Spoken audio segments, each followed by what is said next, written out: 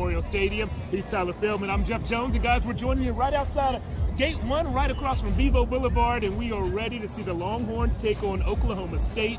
Now, Tyler, this is a series that historically Texas has done well in, but you were telling me just a moment ago, recent history has trended towards OK State. Jeff, you know I like to crunch the numbers. All time, Texas is 26-9 against Oklahoma State. Texas 16-6 all time against the Cowboys here in Austin. However, Jeff, like you said, the Cowboys have actually been in front of this series the last 10 years or so.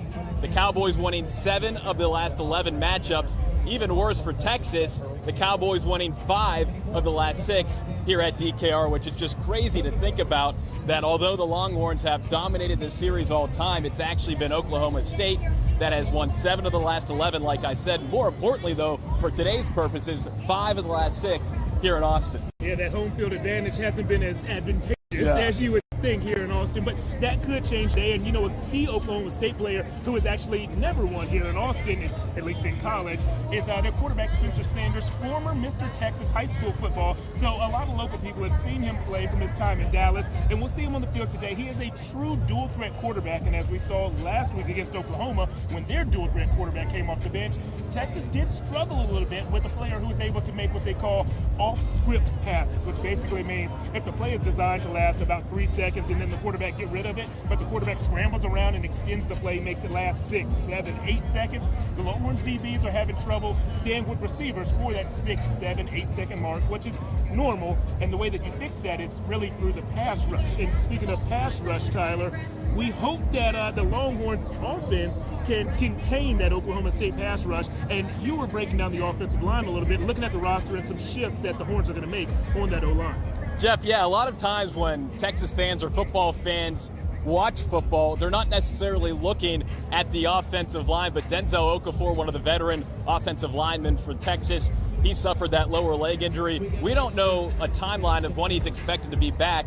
Last week at the Cotton Bowl, veteran Derek Kerstetter went from, and let me just pull up my notes here, he played at left guard, but he's back at right tackle today. Coach Sark saying earlier this week that Kerstetter just feels more comfortable at tackle. Then there's Junior Angalau. He's been playing on the right side, but he'll switch over to left guard this afternoon. And then Tope Imada, 6-year veteran here, making his first career start at right tackle. So a bunch of notes in the trenches on that offensive line for Texas. You may not think that could be a huge factor, but it's going to be a ginormous factor this afternoon in this ball game. Just like the ginormous humans. And yeah. I got to point out, Kerstetter, Angulau, and Amada, how about those names on the O-line, right? Hey, just for all of you watching at home, driving over here to DKR, I had the pronunciations on repeat. I was not messing that up for you, Jeff, and for all of you at home. You knocked it out of the park. Yeah. I want to add up how many points in Scrabble you get for a Kerstetter, an Angulau, and an Amada. Yeah, Kerstetter's at least a double. Okay. With a couple letters there, for sure. Yeah, well, like you said, O-line can be huge, really in every game. And from my experience, and I played football in high school and college, from my experience, offensive line is a position group where it's most important to gel. And the fact that you have a bunch of seniors on this offensive line, juniors and seniors, is a good sign, but they've been shifting around at a lot of positions, so they haven't really had time to gel with who's the man standing to my left and who's the man standing to my right. We'll see if that hurts them at all. We hope it doesn't, but we'll see if that hurts them at all on the field. And we've spent some time, Tyler, talking about the offensive line. Now I want to shift a little bit to the defensive line. And another key injury, defensive lineman Jacoby Jones went down with another lower leg injury. It looked like an ankle, it's a foot injury that he had surgery on. And a local guy, Alfred Collins, Cedar Creek High School alum, is going to start in his place. And I think that actually is going to be a huge advantage for Texas. I think that Alfred Collins has just been biding his time and waiting for a chance to get on the field, and I think we're going to see him do very well. Is there anyone else who you're going to keep a particularly close eye on? Well, number 95, Alfred Collins, definitely watch him because he's been playing very well at that position. I'd keep an eye out on number 47, Luke Brockermeyer.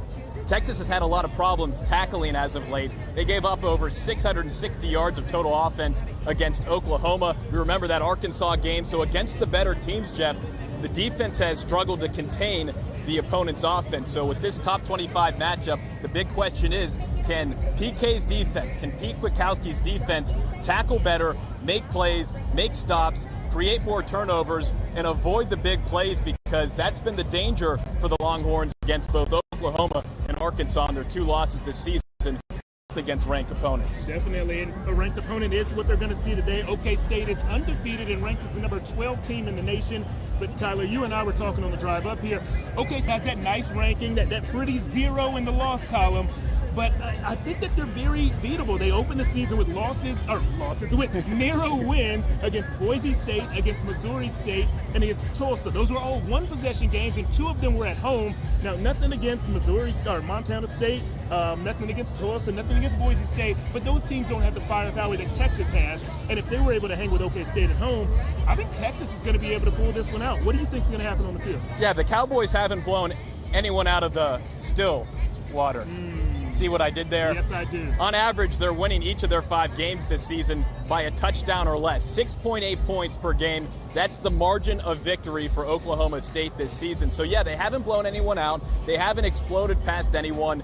They've won all 5 games. They're undefeated, but that's why I think Texas has a very good chance to turn the tide in recent history between these 2 teams here in Austin, and the Longhorns get a much needed and big bounce back win here today. Yep. What do you think the score is going to be? 34-27. Oklahoma State 4-point underdogs as the number 12 team in the country. How about that? So I have a feeling Texas has a little bit more explosiveness offensively. Yeah. Regardless of who's playing on the offensive line, there's this guy in the backfield. Oh, number 5? He wears number 5. His name's Bijan Robinson. He's talked about 24/7 in the college football world. You've heard of him at home, you've seen him play, and I think that guy, regardless of who's blocking in front of him, is a total playmaker. Yeah, definitely. Texas's rushing offense, led by Bijan Robinson, is ranked number 12 in the nation. Oklahoma State's rush defense is very good, ranked number 11 in the nation. But like Tyler just said, even with the mixing and matching that's going on the offensive line, I think that UT run game is going to make the difference in this one,